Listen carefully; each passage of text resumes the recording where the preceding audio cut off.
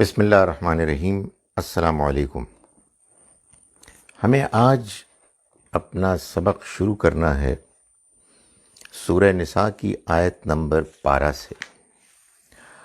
ہم نے اس سے پہلے آیت نمبر 11 میں قانون وراثت کا ایک حصہ پڑھ لیا ہے۔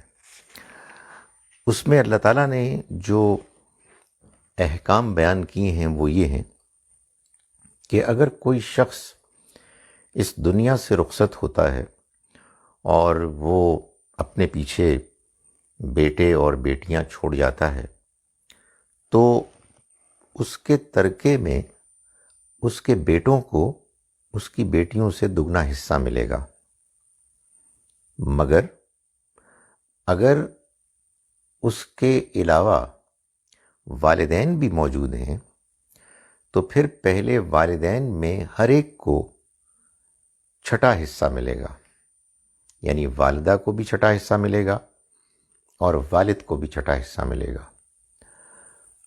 اور یہ بھی بتایا کہ اگر اس کے اولاد نہ ہو تو پھر والدہ کو تیسرا حصہ ملے گا، 1/3، اور بقیہ والد کو مل جائے گا۔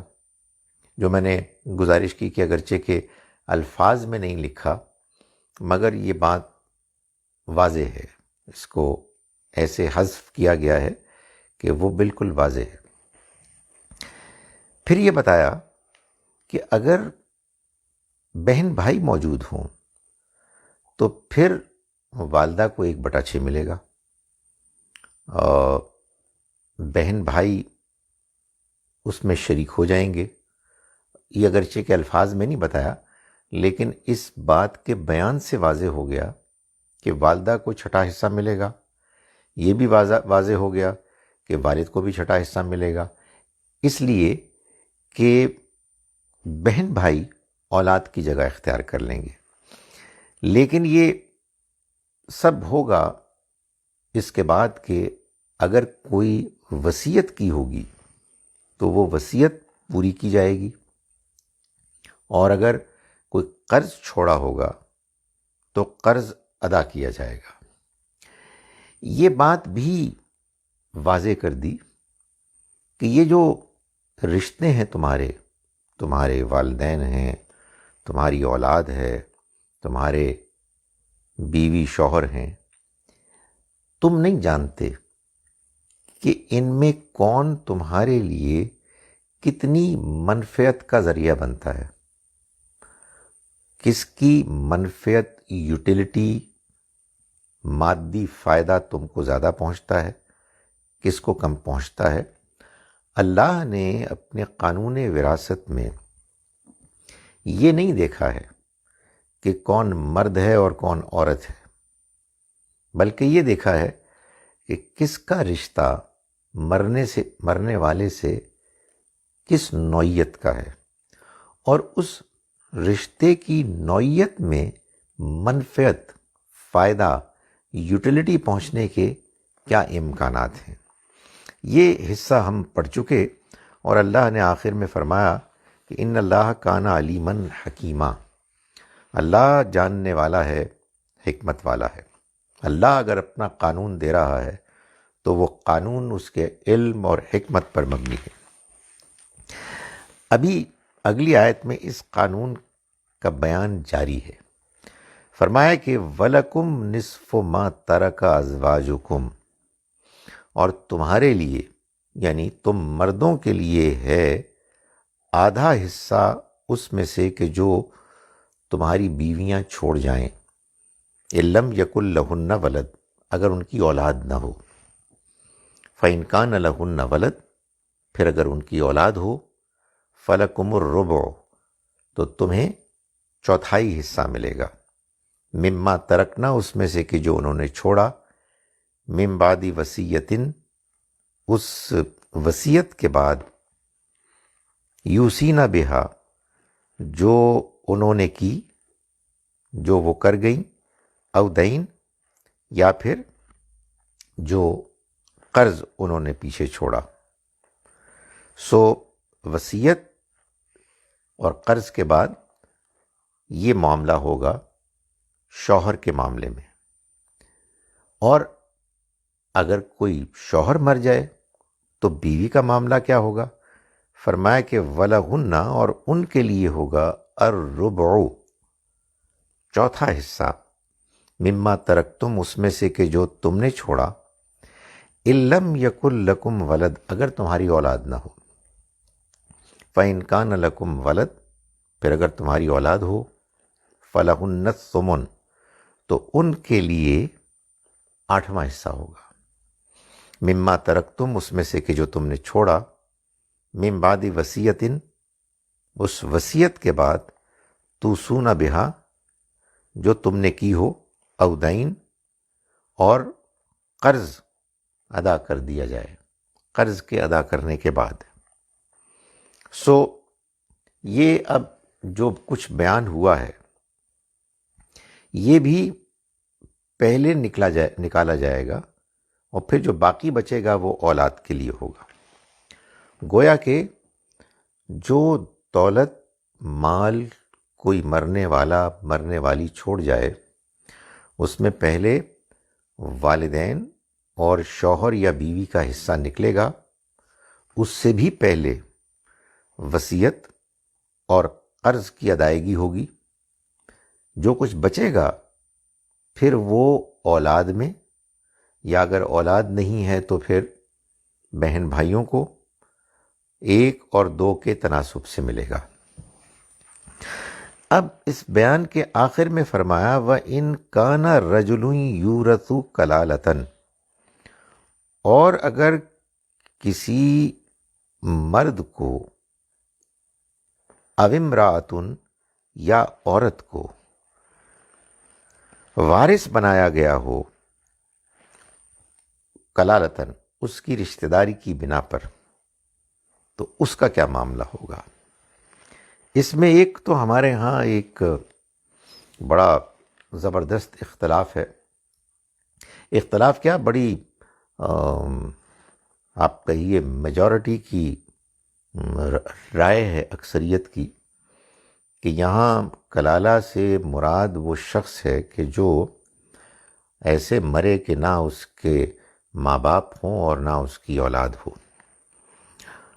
حقیقت واقعہ یہ ہے کہ اگر آپ تھوڑی بہت عربی سے بھی واقف ہوں تو یہ ترجمہ کر کے آپ ایک کمپلیٹ سٹینڈ سٹل پہ آ جاتے ہیں، بات آگے پروسیڈ ہی نہیں کرتی، یعنی جملہ چلتا ہی نہیں ہے. وہ ہوتا ہے نا کہ وہ آپ ایک زبان بول رہے ہیں اور بولتے بولتے آدمی کہتا ہے یہ کیا بول رہا ہے، یہ تو بات اس زبان میں فٹ ہی نہیں بیٹھ رہی، یہ تو لگتا ہے کہ انہوں نے زبان کے سمجھنے میں غلطی کی ہے. تو یہ اس قسم کی ایک بڑی سیریس پرابلم ہے. میں اس کو ابھی ٹیکنیکلی تو آپ کو نہیں بیان کر سکتا، لیکن میں ایک اشارہ کر رہا ہوں. اس پر آپ پوچھ سکتے ہیں کہ پھر کیا یہ آپ ہی لوگوں کو بات سمجھ میں آئی ہے، اوروں کو کیوں نہیں آئی؟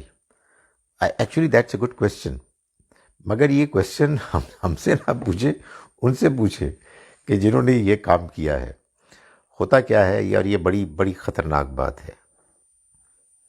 میں سمجھتا ہوں کہ دنیا کی بڑی ٹریجڈیز میں سے ایک یہ ٹریجڈی ہے کہ آدمی اگر کسی خاص وجہ سے کسی معاملے میں متعصب ہو جائے، کسی سے متاثر ہو جائے، جذباتی ہو جائے، پھر وہ کچھ نہیں دیکھتا بات معقول ہے یا نہیں ہے، بات صحیح ہے یا نہیں ہے. وہ ایسا ہوتا ہے جیسے کہ آدمی کا ذہن بند ہو جاتا ہے. بہرحال میں اس سے زیادہ کوئی بات نہیں کرنا چاہتا، میں آپ کو صحیح بات جو قرآن مجید میں بیان ہوئی ہے وہ بتانے کی کوشش کرتا ہوں. اللہ تعالیٰ یہ بتا رہے ہیں اب کہ یہ تو تم جانتے ہو نا کہ یہ جو وراثت کا طریقہ میں نے تم کو بتایا ہے، اس میں بعض صورتیں ایسی ہیں کہ مال بچ جاتا ہے. کب؟ خیر ایک تو وہ صورت ہو سکتی ہے کہ جب سرے سے کوئی بھی نہ ہو وارث، لیکن اگر بیٹیاں ہیں صرف ایک بیٹی ہے تو اس کو آدھا ملے گا، آدھا بچ جائے گا. 2 بیٹیاں ہیں یا 2 سے زیادہ ہیں تو 1/3 بچ جائے گا. اب ایک امکان تو یہ ہے کہ مرنے والا یا مرنے والی اس امکان کو دیکھ کر وہ حصہ بھی وہ اپنی انہی بیٹیوں کے نام کر دیں، تو یہ ان کا حق ہے. یعنی اگرچہ کہ اللہ تعالیٰ نے اس کو قرآن مجید میں بیان تو نہیں کیا ہے، اس کو چھوڑ دیا ہے، لیکن اس چھوڑنے کا مطلب یہی ہے کہ وصیت کرنے والا وصیت کر کے اس حصے کو بھی اپنی بیٹیوں کے نام کر سکتا ہے. مگر ایک دوسری شکل بھی ہے، اور وہ شکل یہ ہے کہ وہ کہے کہ نہیں ٹھیک ہے، بیٹیوں کو جو ملے گا وہ تو کافی ہے ان کے لیے، میرے اس قریبی رشتہ دار نے میری خدمت کی ہے، میں اس کو اس کی اس خدمت یا پرابیبلی اس کی اس ضرورت کے لیے اس کو اس بقیہ حصے میں شریک کرنا چاہتا ہوں. یہ جو قریبی رشتہ دار ہیں یہ اصل میں ہیں وہ کہ جن کو کہ کلالہ کہا جاتا ہے. ٹیکنیکلی کلالہ یا بہن بھائی ہوں گے، یا ماموں خالہ ہوں گی، یا پھپھی چچا ہوں گے. یہ کلالہ رشتہ دار ہیں. اچھا، لفظ کلالہ میں وہ امکان بھی ہے کہ کوئی شخص مرے اور نہ اس کے والدین ہو نہ اس کی اولاد ہو، لیکن جیسا کہ میں نے گزارش کی کہ یہ جملہ جو یہاں اللہ تعالیٰ نے ڈیزائن کیا ہے، اس جملے میں اس مفہوم کے لینے کی کوئی گنجائش نہیں سوائے اس کے کہ آپ زبان کا کباڑہ کر دیں. تو اب اللہ تعالیٰ یہ فرما رہے ہیں کہ ان کانا رجل یورث کلالہ، اور اگر ہو کوئی مرد جو وارث بنایا گیا ہو کلالہ ہونے کی وجہ سے، رشتہ داری کی وجہ سے، یعنی وہ حصہ باقی تھا اور اس کو وارث بنا دیا گیا. او امرأۃ، یا کوئی عورت، یعنی یہ بھی ہو سکتا ہے کہ کوئی شخص اپنے کسی ایک بھائی کو نامنیٹ کر دے، یا کسی ایک بہن کو کر دے، یا کسی ماموں کو کر دے، یا کسی خالہ کو کر دے، یا کسی پھپھی کو کر دے، یا کسی چچا کو کر دے. فرمایا کہ یہ اس نے کر دیا کہ بھئی یہ جو میرا ہے آدھا حصہ جو بچ گیا ہے بیٹی کی کے بعد، تو اس میں میرے یہ ماموں ہیں کہ جن کو بقیہ حصہ ملے گا، یا 1/3 کی صورت میں فرمایا وَلَهُ أَخٌ أَوْ أُخْتٌ، اور ان ماموں کا کوئی اور بھائی ہے، یعنی ایک اور ماموں ہے، او اختن، یا ان کی بہن ہے یعنی خالہ ہیں، فَلِكُلِّ وَاحِدٍ مِّنْهُمَا السُّدُسُ، تو ان میں سے ہر ایک کو 1/6 حصہ ملے گا. یعنی اگر وہ 1 ہیں تو 1 میں 1 کو 6 حصہ ملے گا. فَإِنْ كَانُوا أَكْثَرَ مِنْ ذَلِكَ، لیکن اگر وہ اس سے زیادہ ہیں، 1 سے زیادہ ہے، یعنی 2 ہیں یا 2 سے زیادہ ہیں، فَهُمْ شُرَكَاءُ فِي الثُّلُثِ، تو وہ شریک ہوں گے 1/3 میں. یعنی 2/3 تو اسی کو ملے گا وہ جو قریبی رشتہ دار ہے جس کو مرنے والا مرنے والی نامنیٹ کر کے جا رہے ہیں، اور باقی 1/3 میں بقیہ اسی رشتے کے اور بہن بھائی شریک ہو جائیں گے. یہ میں نے یاد ہوگا کہ پچھلی مرتبہ بھی کہا تھا کہ اس میں اس سے کوئی فرق نہیں پڑتا کہ وہ جو بقیہ رشتہ دار بہن بھائی ہیں وہ مرد ہیں یا عورت، سب کو برابر ملے گا. تو یہ پروپیگنڈا غلط ہے کہ اسلامی شریعت میں قانون وراثت میں مردوں کو عورتوں سے دگنا ملتا ہے. نہیں، بلکہ حقیقت یہ ہے کہ ڈیپینڈ کرتا ہے کہ رشتہ کیا ہے. تو رشتہ داری کی بنیاد پر فیصلہ ہوگا، تعلق داری کی بنیاد پر فیصلہ ہوگا، نہ کہ مرد اور عورت ہونے کی بنیاد پر۔ فرمایا کہ من بعد وصیتن، اس وصیت کے بعد، یوصی بہا، جو کی گئی، او دین، یا قرض ادا کرنے کے بعد، غیر مضار، بغیر کسی کو نقصان پہنچائے۔ یعنی یہ جو وصیت کی اجازت دی گئی ہے، اس اجازت میں اس بات کو اللہ تعالیٰ چاہتے ہیں کہ ملحوظ رکھا جائے کہ وصیت کرنے والا کسی کو نقصان نہ پہنچائے۔ معلوم ہوا کہ انہوں نے وصیت کی اور ساری ہی دولت انہوں نے کسی رفاہی ادارے کے نام پر کر دی، اور بیچارے جو وارث رشتہ دار ہیں وہ دیکھتے کہ دیکھتے ہی رہ گئے۔ تو اللہ تعالیٰ یہ نہیں چاہتے، اسی وجہ سے ایک واقعے میں نبی صلی اللہ علیہ وسلم نے وصیت کرنے والوں کو یہ کہا کہ 1/3 دے دو تو یہ کافی ہے۔ تو ہمارے ہاں عام طور پر 1/3 کی حد تک وصیت کو صحیح سمجھا جاتا ہے۔ فرمایا کہ وصیتم من اللہ، یہ اللہ کی طرف سے وصیت ہے، حکم ہے۔ واللہ علیم حلیم، اور اللہ جاننے والا ہے اور بڑا بردبار ہے، یعنی وہ نرمی اختیار کرنے والا ہے۔ یہ اس کی طرف سے تم کو وصیت کی گئی ہے۔ تو اس کے بارے میں یہ جان لو کہ وہ جو علیم و حکیم ہے جو پچھلی آیت میں فرمایا گیا، اور وہ کہ جو علیم و حلیم ہے، یہ خدا جانتا ہے کہ کس کو کیا حصہ ملنا ہے، چنانچہ اس کے بتائے ہوئے طریقے ہی کو اختیار کرنے میں ساری بھلائی ہے۔ فرمایا یہ تلک حدود اللہ، یہ اللہ کی ٹھہرائی ہوئی حدیں ہیں، یعنی یہ جو اللہ نے حصے بتائے ہیں یہ اللہ کی بتائی ہوئی حدیں ہیں۔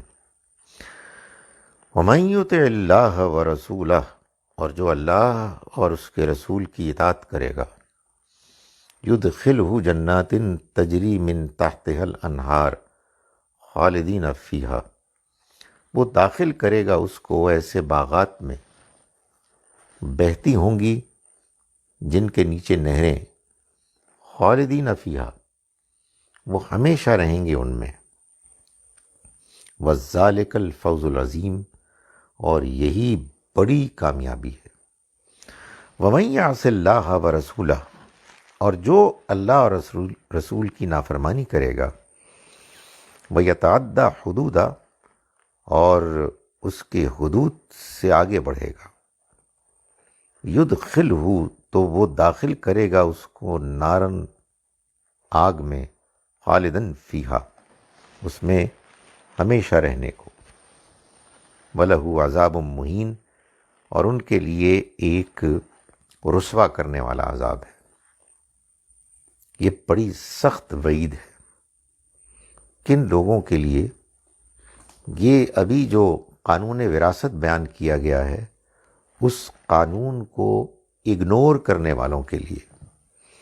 یعنی ایک شخص کہتا ہے کہ میں جانتا ہوں کہ قانون وراثت کیا ہے، مگر یہ جائیداد میری ہے، اس کو میں اپنی مرضی سے جس کو چاہوں دوں، تو وہ یہ جان لے کہ یہ اب وہ خدا کو چیلنج کر رہا ہے، اور اس کے بعد وہ بچے گا نہیں۔ اس بے وقوف احمق کو یہ معلوم ہونا چاہیے کہ یہ جائیداد اس کی نہیں ہے، یہ جائیداد خدا کی ہے، اور اللہ نے اس دولت کی تقسیم کے بارے میں ایک قاعدہ بیان کر دیا ہے اپنے علم اور اپنی حکمت کی بنیاد پر۔ اگر کوئی شخص اس کی خلاف ورزی کرتا ہے تو وہ خدا کے آگے جواب دہ ہوگا، اور خدا تعالیٰ نے اس کے بارے میں اپنے فیصلے کا اعلان کر دیا ہے کہ وہ اس کو ایسے جہنم میں جھونکے گا جس سے وہ باہر نہیں نکل سکے گا، اس میں وہ ہمیشہ رہے گا۔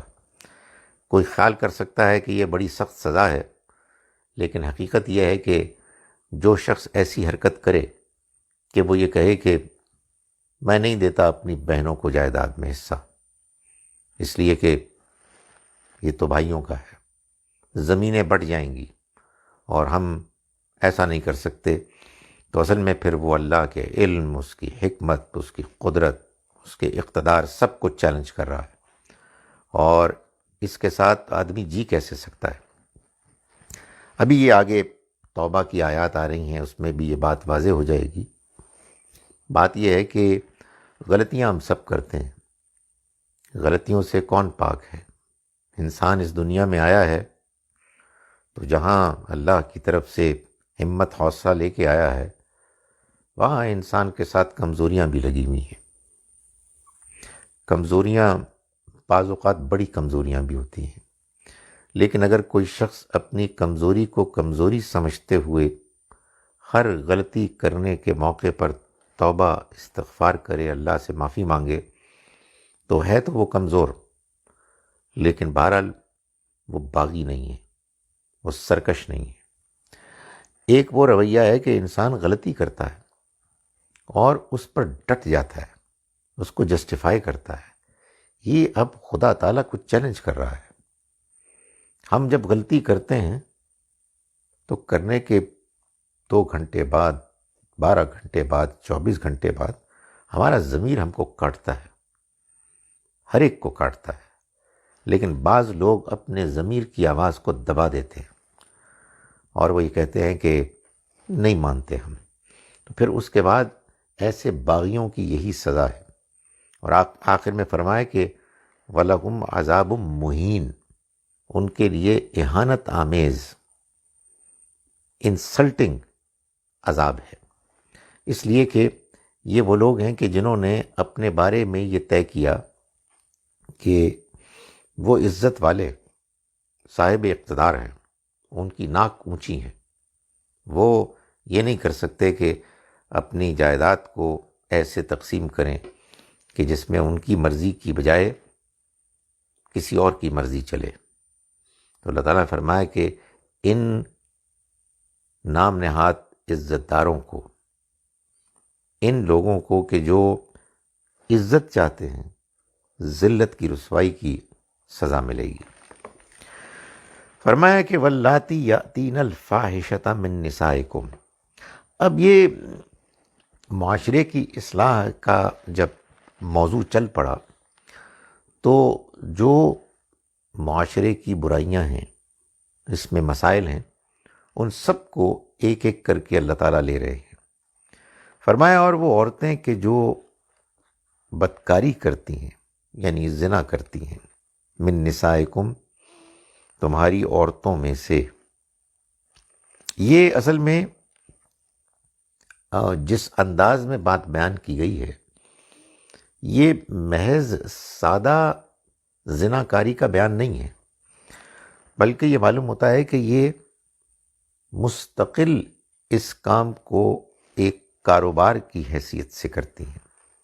معاشرے میں انہوں نے اس کو ایک ایسا طریقہ بنا کر انٹروڈیوس کیا ہوا ہے کہ جس سے نہ صرف یہ کہ وہ خود بد چلن ہیں، بلکہ وہ معاشرے کو بھی اس بے حیائی اور بد چلنی کی لپیٹ میں لانے کی کوشش کر رہی ہیں۔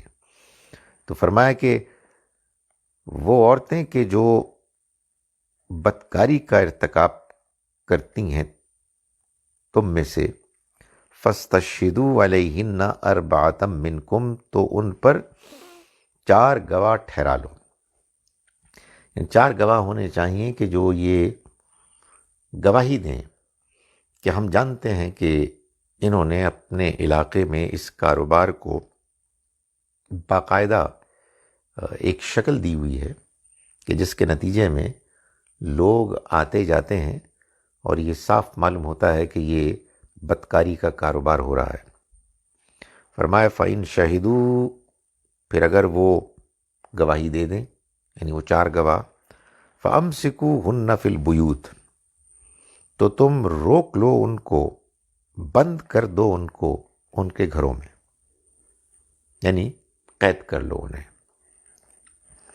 حَتَّى يَتَوَفَّاهُنَّ الْمَوْتُ، یہاں تک کہ موت ان کو آ جائے، او یجعل اللہ لہن سبیلا، یا اللہ ان کے لیے کوئی اور راستہ نکال لے. یعنی ابھی وہ موقع تو نہیں آیا ہے کہ اس معاملے میں شریعت کا واضح حکم نازل ہو، تو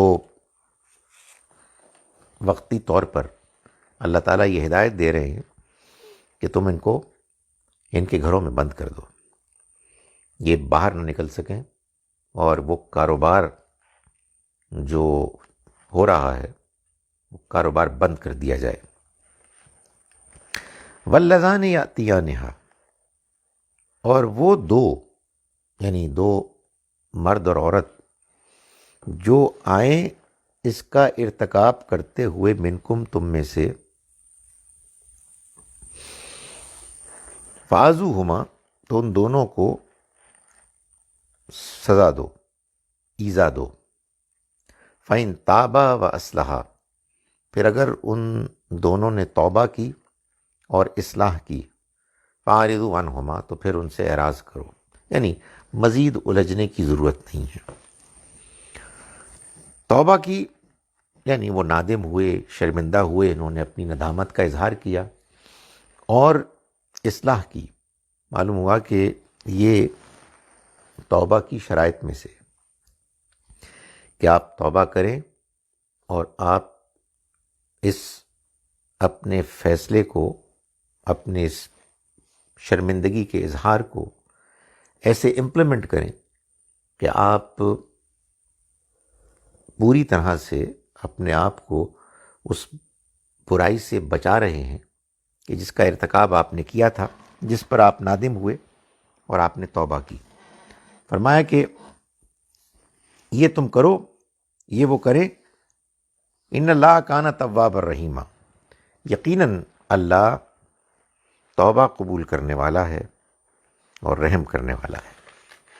یعنی اللہ تو اس کا منتظر ہے کہ لوگ توبہ کریں اور توبہ کے نتیجے میں ان کے اندر اصلاح پیدا ہو اور اللہ تعالیٰ ان کو معاف کر دیں. جب یہ بات بیان ہوگی، بلکہ یہ بات اصل میں یوں ہے کہ دو قسم کے کیسز ہیں کہ جو یہاں زیر بحث آئے. ایک، عورتوں کا قہبہ خانہ بنانا، اس کا کاروبار کرنا، اس کو عام کرنا، جس سے معاشرے میں بے حیائی کی، بدکاری کی گندگی پھیل جائے. ان کے بارے میں تو یہ بتایا گیا کہ تم ان کو گھروں میں روک لو، قید کر لو، جب تک کہ ان کو موت نہ آ جائے یا اللہ ہی ان کے لیے کوئی راستہ نہ کھول لے. اور دوسرا، عام زنا کرنے والے لوگوں کے بارے میں یہ کہا گیا کہ ان کو کچھ سزا دے دو، کچھ ایذا پہنچاؤ اور پھر چھوڑ دو. اگر انہوں نے توبہ کی، اصلاح کی، تو اللہ تعالیٰ ان کو معاف کر دے گا.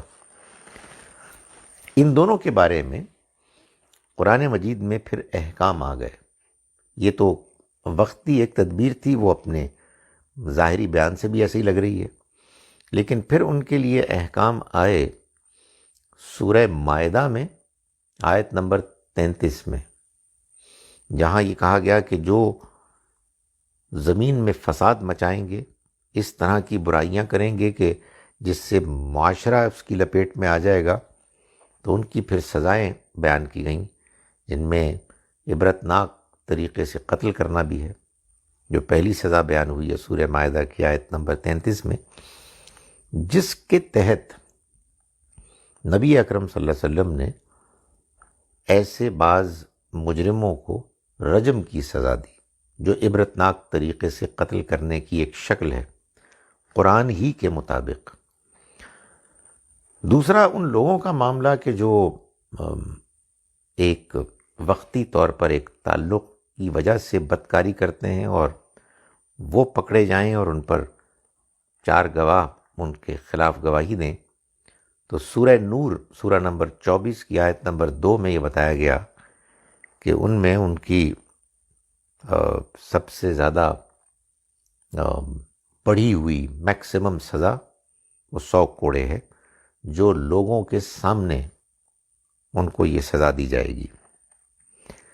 اب یہ فرمایا گیا کہ انما التوبۃ علی اللہ، توبہ کا قبول کرنا یہ تو اللہ کی ذمہ داری ہے. یعنی اللہ تعالیٰ اس بات کا اعلان کر رہا ہے کہ وہ توبہ قبول کرنے کا اپنے آپ کو پابند کر رہا ہے. کن کے معاملے میں؟ للذین یعملون السوء بجہالۃ، ان لوگوں کے معاملے میں کہ جو کوئی گناہ کر بیٹھتے ہیں جذبات سے مغلوب ہو کر. جہالت یہ عربی زبان میں علم کے الٹ کے مفہوم میں بھی آتا ہے اور حلم کے الٹ مفہوم میں بھی آتا ہے. حلم بردباری، متانت، اس کا الٹ جذباتی پن. تو وہ لوگ کہ جو جذبات میں بہہ کر کوئی گناہ کر بیٹھتے ہیں، اللہ تعالیٰ نے فرمایا کہ اللہ نے اپنے ذمے لے لیا ہے کہ وہ ایسے لوگوں کی توبہ ضرور قبول کرے گا، بشرطے کہ وہ جب گناہ کریں تو وہ اصل میں جذبات کی وجہ سے وقتی طور پر بہک کر یہ گناہ کرتے ہیں. ثم یتوبون من قریب، پھر وہ توبہ کرتے ہیں قریب ہی، فوراً. فاولئک، تو یہ وہ لوگ ہیں یتوب اللہ علیہم، کہ اللہ ان کی توبہ قبول فرماتا ہے. وکان اللہ علیما حکیما، اور اللہ جاننے والا، حکمت والا ہے. یعنی معلوم یہ ہوا کہ اگر کسی نے کوئی گناہ کیا ایک وقتی تاثر، انفلوئنس کے نتیجے میں، جس کے فوراً بعد اس کو احساس ہو گیا، اور یہ ایسا ہی ہوتا ہے اگر گناہ آدمی سوچ سمجھ کے نہ کرے، ٹھنڈے دل کے ساتھ نہ کرے، وہ تو ایک بالکل دوسری نوعیت کا گناہ ہوتا ہے. بلکہ وہ وقتی صورتحال سے متاثر ہو کے، اپنی کمزوری کی وجہ سے، کسی برے ماحول میں پھنس کے، جذباتی ہو کے کوئی گناہ کر بیٹھتا ہے، اور پھر جیسے ہی اس کو اس تاثر سے، ان جذبات سے ریلیف ملتی ہے، وہ اپنے آپ کو پھر معمول کے نارمل ایک کیفیت میں لاتا ہے، تو اس کے اوپر پچھتاوے کا غلبہ ہوتا ہے، وہ شرمندہ ہوتا ہے، امبیرسڈ ہوتا ہے. تو اگر وہ فوراً توبہ کر لے تو اللہ تعالیٰ فرماتے ہیں کہ اللہ ایسوں کی توبہ لازماً قبول فرمائے گا. یہ اللہ کا وعدہ ہے. وَلَيْسَتِ التَّوْبَةُ، اور توبہ قبول نہیں ہوگی. یعنی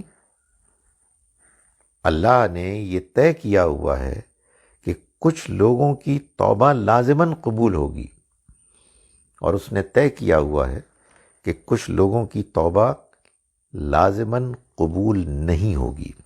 یہ کون لوگ ہیں؟ للذین یعملون السیئات، یہ وہ لوگ ہیں کہ جو برائیاں کرتے چلے جاتے ہیں. حتی اذا حضر احدہم الموت، یہاں تک کہ ان میں سے کسی کی موت کا وقت قریب آ جاتا ہے. قال انی تبت الآن، تو کہتا ہے کہ میں اب توبہ کرتا ہوں. وللذین یموتون وہم کفار، اور نہیں ان کی توبہ قبول ہوگی کہ جو مرتے ہیں اس حال میں کہ وہ کافر ہوتے ہیں، جانتے بوجھتے ہوئے انکار کرتے ہیں. اولئک اعتدنا لہم، یہ وہ لوگ ہیں کہ ہم نے تیار کر رکھا ہے جن کے لیے عذاباً علیما، ایک دردناک عذاب.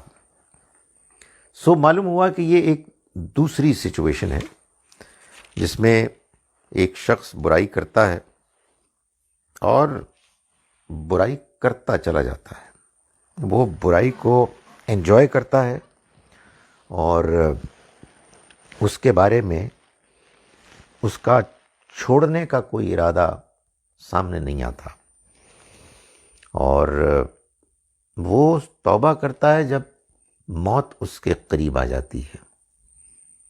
تو اللہ تعالیٰ فرماتے ہیں کہ ایسے لوگوں کی توبہ قبول نہیں ہوگی، اور نہ ان لوگوں کی توبہ قبول ہوگی کہ جو جب مرتے ہیں تو وہ کافر ہوتے ہیں، یعنی حق کا انکار کر کے ساری زندگی وہ اسی کیفیت میں گزارتے ہیں، ان کی توبہ بھی قبول نہیں ہوگی۔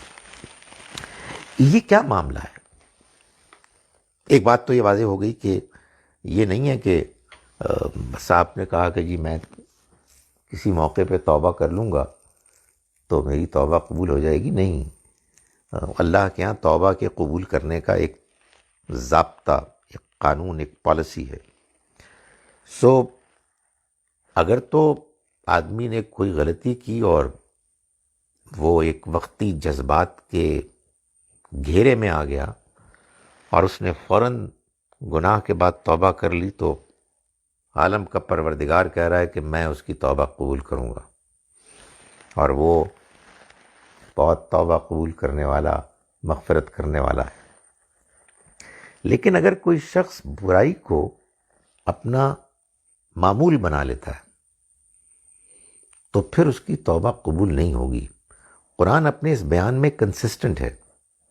سورہ بقرہ کی آیت نمبر 81 میں اللہ تعالیٰ نے فرمایا کہ جو برائی کرے اور اس کی برائی اس کو گھیر لے، یہ وہ لوگ ہیں کہ جو آگ والے ہیں، اس میں ہمیشہ رہیں گے۔ یعنی کبھی توبہ کرنے کی توفیق ہی نہیں ہوئی، برائی کو اس طرح سے اڈاپٹ کیا کہ اس کو جسٹیفائی کیا، اس کے لیے لڑنے کے لیے تیار ہو گیا، اس لیے کہ وہ اس کو پسند ہے، وہ اس کو انجوائے کرتا ہے۔ یہ موت کے قریب آ جانے کا کیا مطلب ہے؟ کیا اس کا یہ مطلب ہے کہ جب انسان بوڑھا ہو جاتا ہے تب، یا اس کا یہ مطلب ہے کہ اس کو معلوم ہوتا ہے کہ اسے کینسر ہو گیا ہے اور وہ آخری سٹیج کا ہے تب؟ نہیں، اس کا یہ مطلب نہیں ہے۔ اس کا مطلب یہ ہے کہ آدمی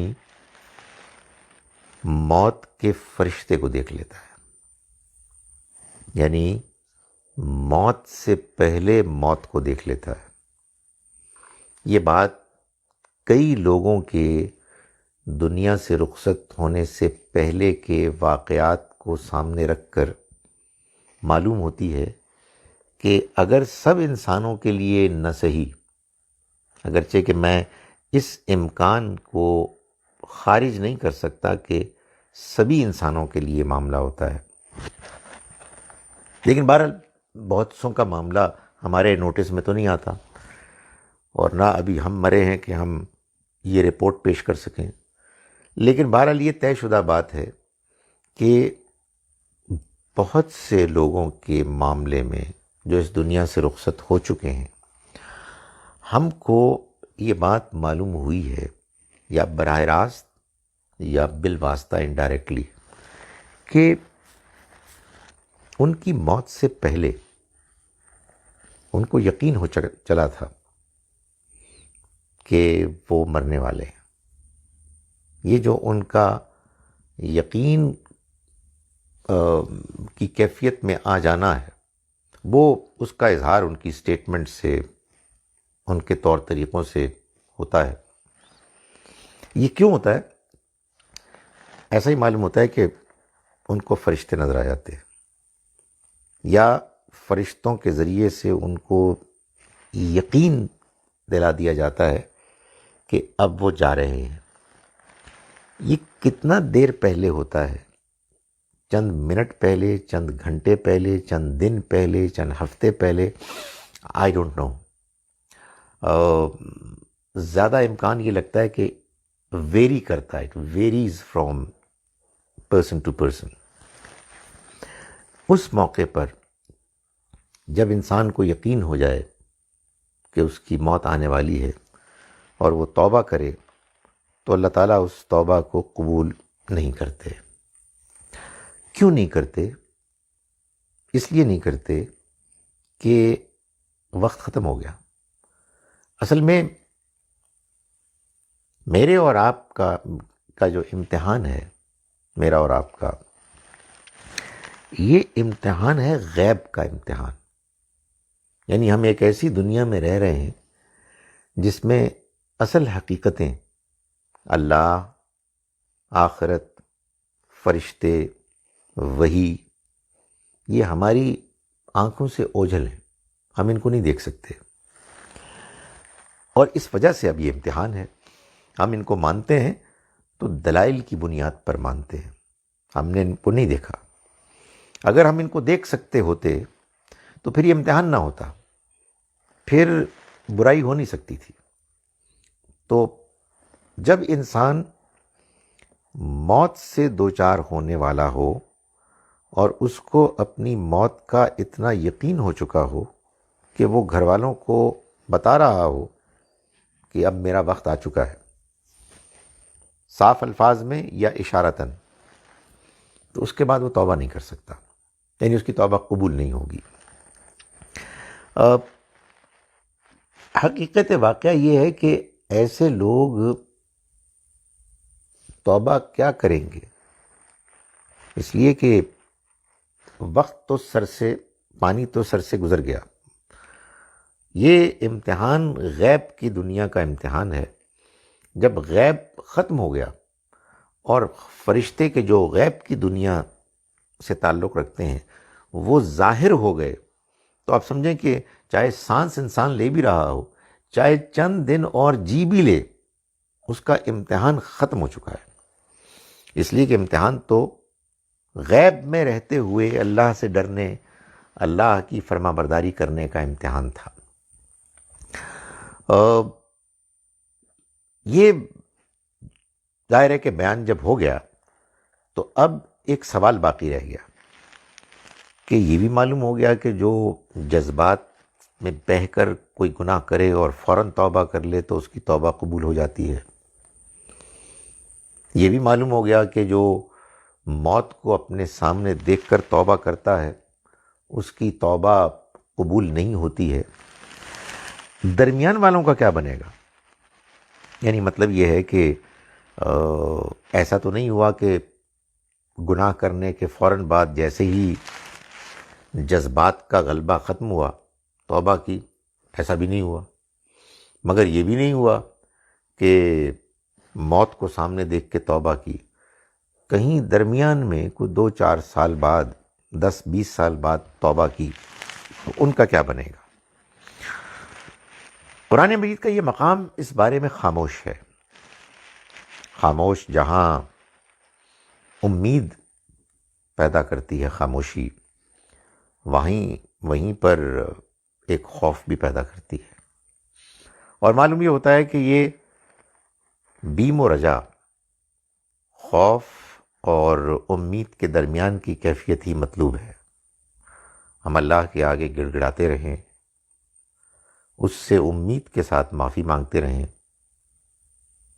مگر ساتھ ڈرتے بھی رہیں کہ معلوم نہیں توبہ قبول ہوتی بھی ہے کہ نہیں ہوتی. یہ کیفیت اگر انسان کو زندگی میں میسر آ جائے تو امید ہے کہ پھر وہ برائی سے بچتا رہے گا. اسے امید ہے لیکن اسے یقین نہیں ہے.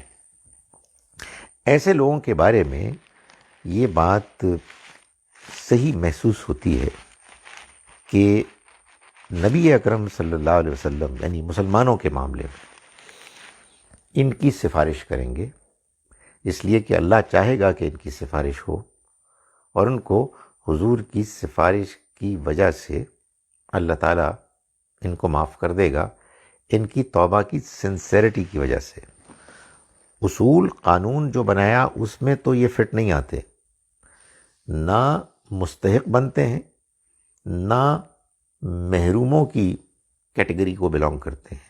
یہ درمیان کے لوگ ہیں. ایسے ہی لوگ ہیں کہ جن کے لیے اللہ نے شفاعت کا دروازہ کھلا رکھا ہے۔ تو یہ ان لوگوں کا معاملہ ہے۔ میں اب ان آیات کا ترجمہ جو میں نے آج آپ کے سامنے پڑھی ہیں کر رہا ہوں، اور اس کے بعد آپ کے چند سوالات مجھے نظر آ رہے ہیں، میں ان کے جوابات دینے کی ایک کوشش کروں گا۔ ہم نے آج کا سبق شروع کیا آیت نمبر 12 سے۔ بسم اللہ الرحمن الرحیم۔ وَلَكُمْ نِصْفُ مَا تَرَكَ أَزْوَاجُكُمْ، اور تمہارے لیے یعنی شوہروں تمہارے لیے آدھا ہوگا اس میں سے کہ جو چھوڑا تمہاری بیویوں نے، لم یکن لہن ولد، اگر ان کے اولاد نہ ہو، فإن کان لہن ولد، پھر اگر ان کے اولاد ہو، فلکم الربع، تو تمہارے لیے چوتھا حصہ ہوگا، مما ترکنا، اس میں سے کہ جو انہوں نے چھوڑا، من بعد وصیت، وصیت کے بعد، یوسینا، جو انہوں نے بہا، جو انہوں نے کی، او دین، یا قرض کے ادا کرنے کے بعد، وَلَهُنَّ، اور ان کے لیے یعنی تمہاری بیویوں کے لیے، الربع، چوتھائی حصہ ہے، مما ترکتم، اس میں سے کہ جو تم نے چھوڑا، ان لم یکن لکم ولد، اگر تمہاری اولاد نہ ہو، فإن کان لکم ولد، پھر اگر تمہاری اولاد ہو، فلہن الثمن، تو ان کے لیے آٹھواں حصہ ہوگا، من بعد وصیت، جبکہ وصیت پوری کر دی جائے، تو سونا جو بہا، جو تم نے کی، او دین، یا قرض اگر وہ ہو تو ادا کر دیا جائے۔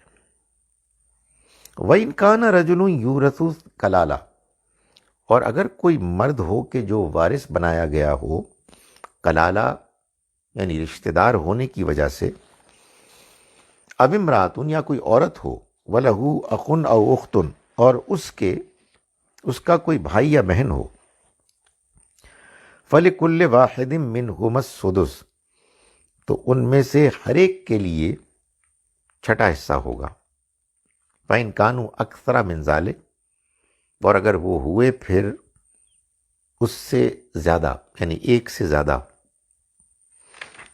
یعنی بہن بھائی، فَهُمْ شُرَكَاءُ فِي الثُّلُثِ، تو وہ ایک تہائی میں شریک ہوں گے، یعنی برابر کے طرح شریک ہوں گے، من بعد وصیت، وصیت کے پورے ہونے کے بعد، یوسا بہا، جو کی گئی، او دین، یا قرض کے ادائیگی کے بعد اگر وہ تھا، غیر مضار، ایسی وصیت کہ جو کسی کو نقصان نہ پہنچائے، وصیتم من اللہ، یہ وصیت حکم ہے اللہ کی طرف سے، واللہ علیم حلیم، اور اللہ جاننے والا ہے اور بردبار ہے۔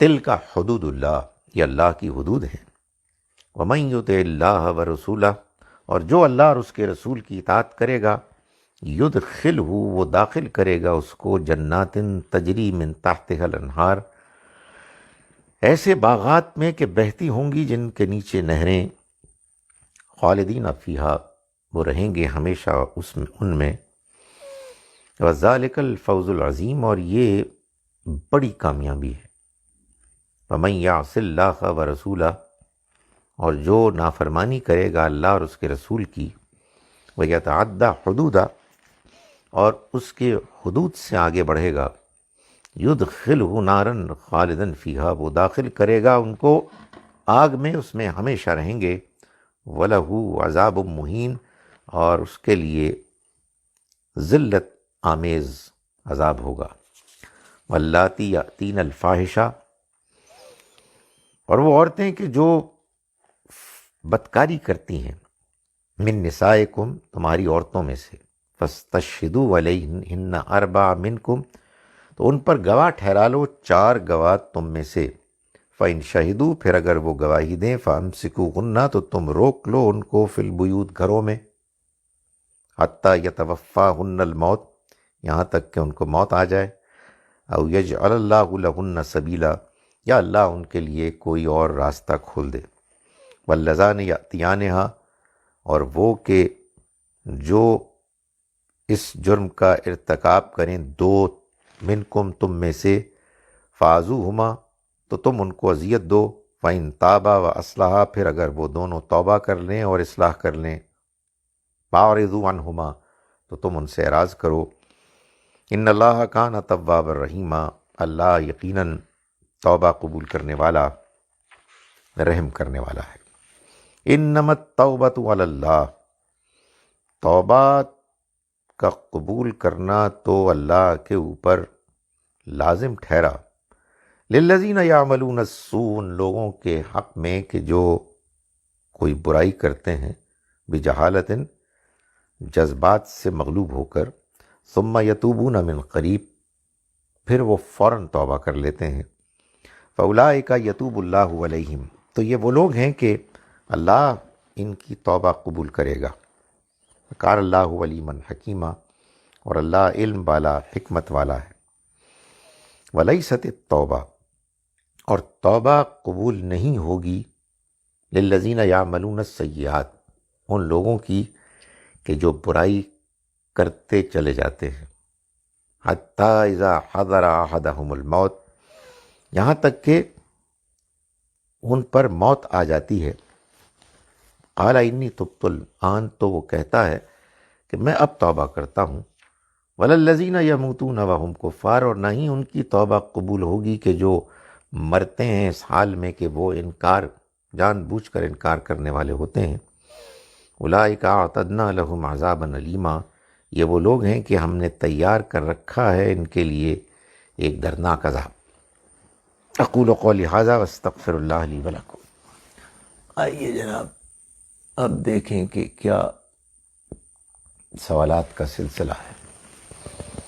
السلام علیکم وعلیکم السلام، جزاک اللہ۔ Can parents discontinue their relations with any of their children due to any reasons? I mean, to say that what Islam says about not giving one child their rightful portion in heritage after attending them. دیکھیں، عام حالات میں تو ایسا نہیں ہونا چاہیے، لیکن یہ بالکل ممکن ہے، اور ایسے واقعات سامنے آتے ہیں کہ بعض بچے اتنے زیادہ نافرمان اور باغی ہو جاتے ہیں کہ وہ بجائے اس کے کہ جو اولاد کی طرف سے والدین کو فائدہ، منفعت، سپورٹ ملنی چاہیے، الٹا ان کو نقصان ملتا ہے، بدتمیزی، سرکشی ملتی ہے۔ تو جب قرآن نے یہ بتا دیا کہ وراثت کی تقسیم کی بنیاد ہی منفعت ہے کہ کون کس کے لیے کتنا نفع، فائدے، منفعت کا باعث بنتا ہے، اور یہاں منفعت منفی ہو گئی ہے، تو پھر یقیناً والدین کو یہ اختیار حاصل ہے کہ وہ ان کو اپنی جائیداد کے میں شریک ہونے سے روک دیں۔ لیکن یہ فیصلہ بہت آخری حد میں جا کے ہونا چاہیے۔ والدین کو چاہیے کہ وہ اولاد کی اصلاح کے لیے حتی الامکان کوشش کریں، دعائیں کریں۔ والدین کی دعائیں بچوں کے حق میں زیادہ مؤثر ہوتی ہیں، لیکن بہرحال یہ امکان موجود ہے۔ وعلیکم السلام۔ Is it correct for a person to decide they do not wish to leave any of their assets to their children, rather wishes to will it all to charitable organizations? عام حالات میں یہ ٹھیک نہیں ہے، سوائے اس کے کہ جیسا کہ ابھی میں نے گزارش کی کہ اولاد بالکل نالائق ہے، اور نالائق بھی نہیں، باغی ہے۔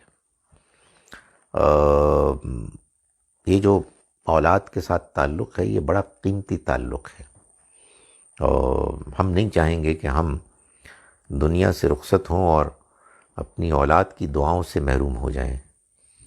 تو یہ رشتہ یہاں بھی زندہ بیدار پازیٹیو رہنا چاہیے، مرنے کے بعد بھی یہ قائم رہنا چاہیے، اور دعا یہ ہونی چاہیے کہ ہم آخرت میں جنت میں بھی ملیں اور ایک ساتھ رہیں.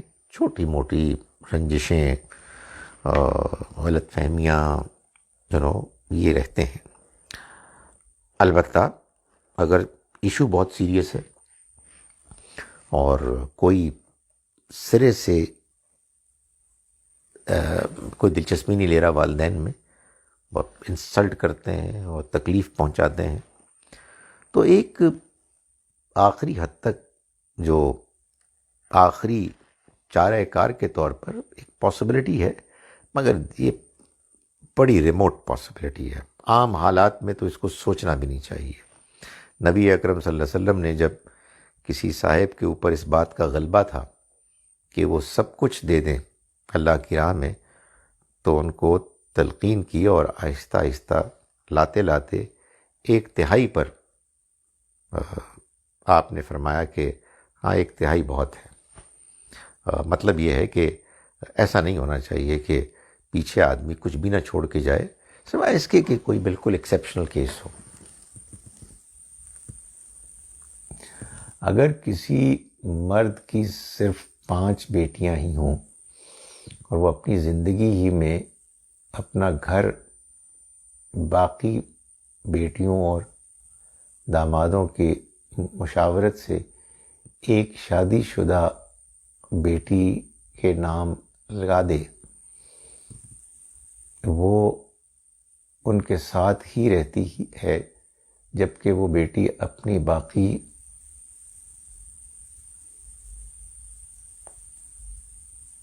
باقی بہنوں کو حصہ دینے کا ارادہ بھی رکھتی ہو، ابھی بھی وہ والدین حیات ہیں. ٹرکی کویسچن ہے. ایک بیٹی کے نام پر کرنے کی وجہ کیا ہے؟ والدین کے ساتھ بیٹی رہ رہی ہے، رہتی رہے. جب وہ دنیا سے رخصت ہوں گے تو پھر وہ جائیداد تقسیم ہو جائے گی. یا تو یہ ہو کہ بقیہ 4 بیٹیاں ویل آف ہیں اور یہ بیٹی ہے کہ جو معاشی طور پر کمزور ہے، تب بھی باقیوں کی رضامندی لینی چاہیے. یہ جو آپ نے کہا نا کہ باقیوں کی رضامندی لے لی، رضامندی ہمارے معاشرے میں کوئی دلی نہیں ہوتی.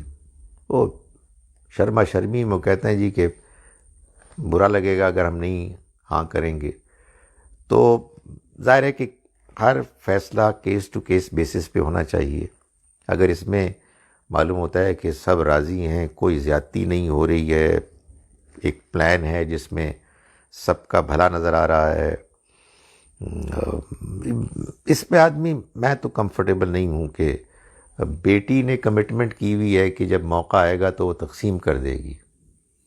پھر وہ کمٹمنٹ ان رائٹنگ ہونی چاہیے، کیونکہ اس طرح کے معاملے میں مکرنا جو ہے وہ کافی آسان ہوتا ہے اور آدمی کے پاس دلائل بہت ہوتے ہیں اپنی بات کو جسٹیفائی کرنے کے لیے. What's the share of for یتیم پوتا پوتی ان دیئر داداز وراثت when their father died before dada? What it is in case of chacha dying, leaving no wife, no kids, no parents? Will kids get a share if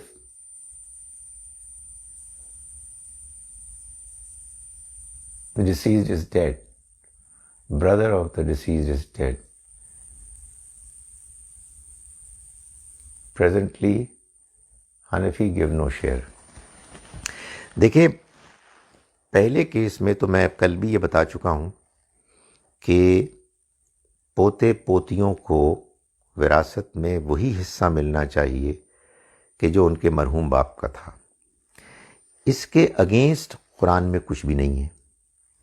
کوئی کہہ سکتا ہے کہ اس کے fever میں بھی کچھ نہیں ہے. تو بھائی بات یہ ہے کہ اگرچہ کہ یہ بات غلط ہے،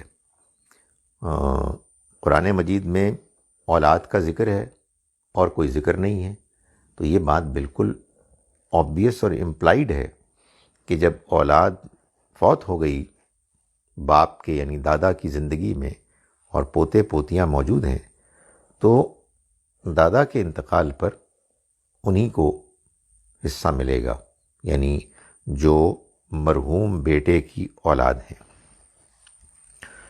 رہی دوسری بات کہ ایک شخص فوت ہو گیا اور اس کے کوئی اولاد نہیں ہے،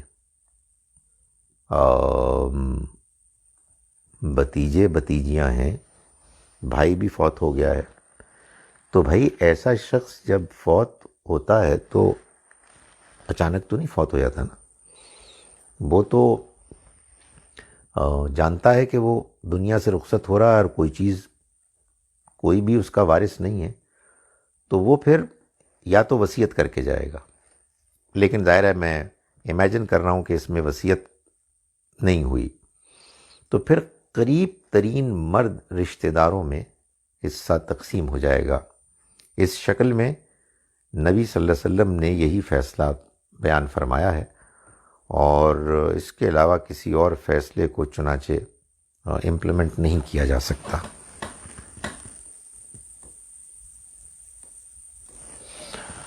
اگر کوئی بندہ جس کی صرف 2 بیٹیاں ہیں بیٹا نہیں، تو انہوں نے اپنی زندگی میں ساری جائیداد دونوں بیٹیوں کے نام کر دی تاکہ ان کے بعد ان میں بھائی نہ لے سکیں، تو کیا یہ جائز ہے؟ یہ ٹھیک ہے، ہمارے معاشرے میں تو بالکل ہی ٹھیک ہے، اس لیے کہ لوگ اس قانون کو مانتے ہی نہیں ہیں کہ وہ باقی بھی دے سکتے ہیں، تو اگر کوئی ایسا کر لے تو کوئی غلط نہیں ہے، بس اتنی سی بات جان لینی چاہیے کہ زندگی موت اللہ کے ہاتھ میں ہے، آپ نے سب ان کے نام پہ کر دیا تو انشاءاللہ وہ ان کی دیکھ بھال تو کریں گے کہ جن والدین نے ان کے نام کیا۔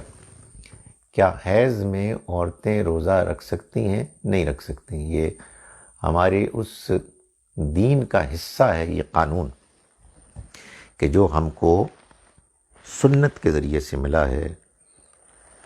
تمام پہلی نسلوں میں یہی طریقہ رائج ہے، اس طریقے کے علاوہ کسی اور طریقے کو انٹروڈیوس کرانا اصل میں خدا کے بتائے ہوئے طریقے کی خلاف ورزی ہے۔ اللہ نے جب یہ طے کر لیا کہ عورتیں حیض کی حالت میں روزہ نہیں رکھیں گی تو پھر نہیں رکھیں گی، اس میں اپنی عقل کو استعمال نہیں کرنا چاہیے۔ What happens when parents die and have not left a will? Who will decide that their کا کیا مطلب؟ یعنی جو پیرنٹس کا وہ ہے کہ اولاد ہے ان کو مل جائے گی۔ جو خواتین ناچ گانے کا کاروبار کرتی ہیں ان کے بارے میں اسلام میں کیا رویہ اپنانے کی ہدایت کی گئی ہے؟ ناچ گانا ظاہر ہے کہ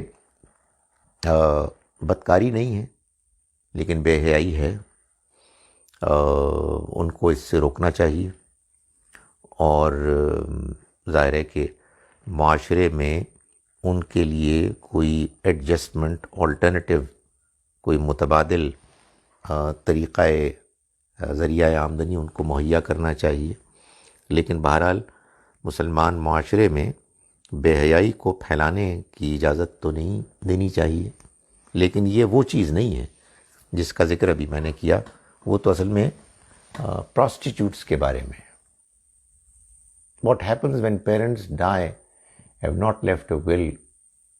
Who will ensure that their assets are distributed fairly between the siblings? دیکھیے معاشرہ فیصلہ کرے گا، معاشرے میں جو لوگ ذمہ دار ہیں وہ اس کو انشور کریں گے، ظاہر ہے کسی کے تو ہاتھ میں آئے گا نا ڈسٹریبیوٹ کرنے کا ذمہ، تو وہ اس کو انشور کریں گے۔ فرعون کے ساتھ یہ ہوا ہے، جی بالکل ایسے ہی ہوا ہے، اس نے توبہ کرنے کی کوشش کی لیکن اس کو اللہ تعالیٰ نے رد کر دیا اس ملک کی صورتحال دیکھ کر خوف آنے لگا ہے، یہاں دل نہیں لگتا۔ آپ کرونا کی وجہ سے ہم کسی دوسرے ملک میں بھی نہیں جا سکتے، کیا کیا جائے؟ زیادہ سے زیادہ احتیاط کریں، اللہ سے دعا کریں، اللہ تعالی حالات بہتر کرے۔ اللہ سننے والا ہے، رمضان کا مہینہ ہے، انشاءاللہ وہ ہماری دعاؤں کو سنے گا، اور کوشش کریں کہ ہم خود بھی اپنے آپ کو ٹھیک رکھیں اور دوسروں کو بھی اس کی تلقین کریں۔ سورہ الانعام آیت 136 کی وضاحت کیجیے۔ اس وقت میرے پاس کم ہے، پھر مجھے کہیے گا۔ One of the explanations. جزاک اللہ۔ If Allah let you have honor to recite kalama when a person passing away, does it mean Allah forgives you؟ یہ تو اللہ بہتر جانتا ہے، لیکن اچھی انڈیکیشن ہے۔ امید ہے کہ اس کے نتیجے میں اللہ تعالیٰ ایسے لوگوں کو تو کامیابی کرے گا۔ یہ انڈیکیشن تو بہت اچھی ہے۔ حضرت آدم علیہ السلام کے واقعے سے یہ سمجھ آتا ہے کہ آپ کو اللہ نے زمین میں خلافت کے لیے پیدا کیا تھا، تو پھر جب شیطان کے بہکانے کی وجہ سے آپ اللہ سے منع کیے گئے، درخت کے پاس گئے، تو سمجھ آتا ہے کہ اللہ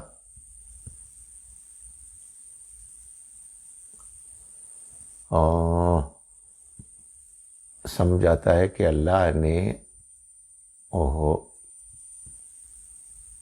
آپ کو اور شیطان کو سزا کے طور پر جنت سے نکل جانے کو کہا، سزا کے طور پر زمین میں بھیجنے کو کہا۔ نہیں، یہ دو الگ الگ چیزیں ہیں۔ یقیناً اللہ نے آدم علیہ السلام کو ان کی غلطی پر وہاں سے نکلنے کو کہا، اور یہ ایک سزا تھی، لیکن یہ وہ سزا تھی کہ جس کے بارے میں یہ طے تھا کہ یہ اب ایک امتحان ہے۔ یہ سزا اصل میں اس بات کو بتانے سمجھانے کے لیے تھی کہ وہ آئندہ شیطان کے کہنے میں، بہلاوے میں نہیں آئیں گے، اور وہ اب دنیا میں شیطان کے اسی وسوسہ اندازی سے اپنے آپ کو بچائیں گے۔ تو آدم علیہ السلام کے دنیا میں آنے کا فیصلہ تو طے تھا۔ یہ اصل میں ایک سمجھانے کے لیے اللہ تعالیٰ نے ایک وقتی ایک تجربہ کرایا، جس سے پوری انسانیت کو یہ سبق مل گیا کہ انہیں دنیا کے امتحان میں شیطان کی وسوسہ اندازی سے بچنا ہے۔ السلام علیکم ورحمۃ اللہ وبرکاتہ۔